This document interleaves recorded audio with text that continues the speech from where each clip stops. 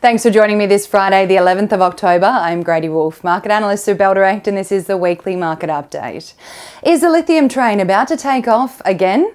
Well, this week we saw a surprise diversification unfold in the form of mining giant Rio Tinto undergoing a 4-day process to acquire dual-listed Arcadium Lithium in an all-cash deal worth $6.7 billion.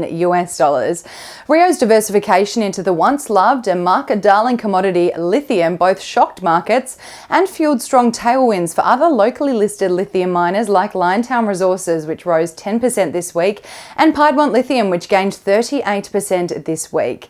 With the price of lithium declining 90% from the peak in 2022 and the outlook for depressed pricing for a little while to come, we can't help but wonder why Rio splashed some big cash to snap up Arcadium Lithium. So let's delve into the sector, what rationale Rio has provided for its mega purchase, and what this deal means for lithium in general.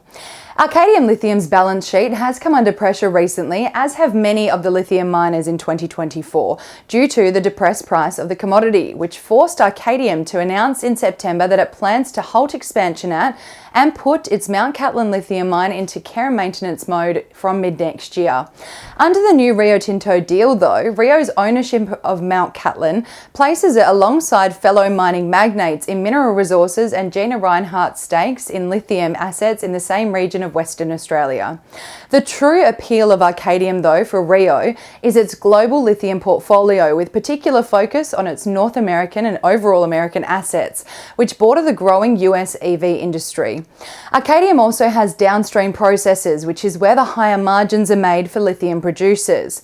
With interests in lithium mines across Argentina, China, Japan, the broader US, Canada, the UK and Western Australia, Rio's purchase of Arcadium means Rio will now control around 5% of the world's lithium supply.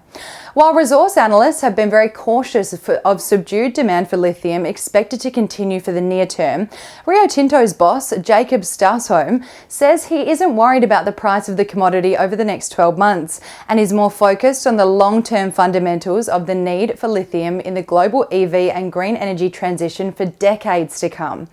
While fellow mining giant BHP goes hard in diversifying into copper, another key green commodity in the green energy transition, Rio has chosen to make the leap into lithium.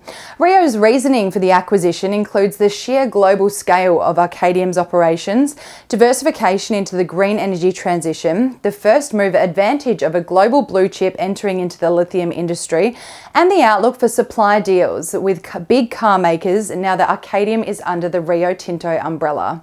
On the outlook front for lithium, analysts are expecting the price of lithium carbonate and hydroxide to remain around $11,000 per tonne for at least the next 2 years before rising in FY26, while spodumene prices are expected to remain in the around $900 per tonne until at least FY27.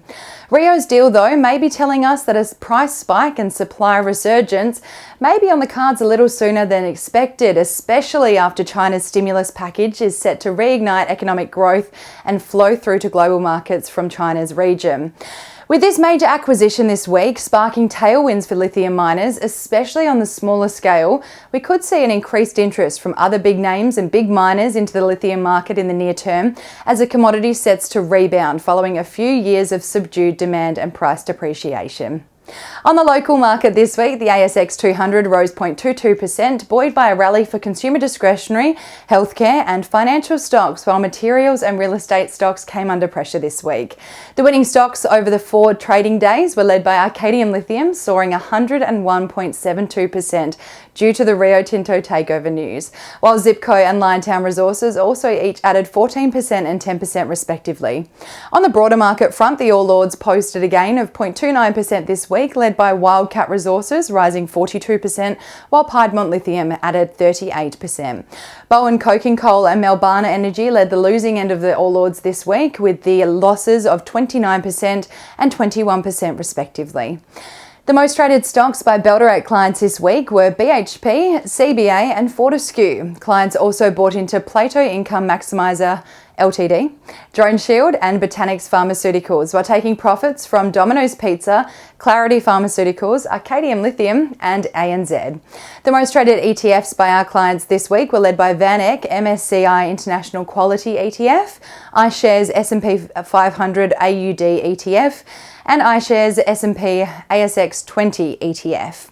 On the economic calendar front next week, we may see investors react to Australia's key employment data out on Thursday, US retail sales data out on Thursday, and China's GDP growth rate data for Q3 and industrial production data for September out on Friday.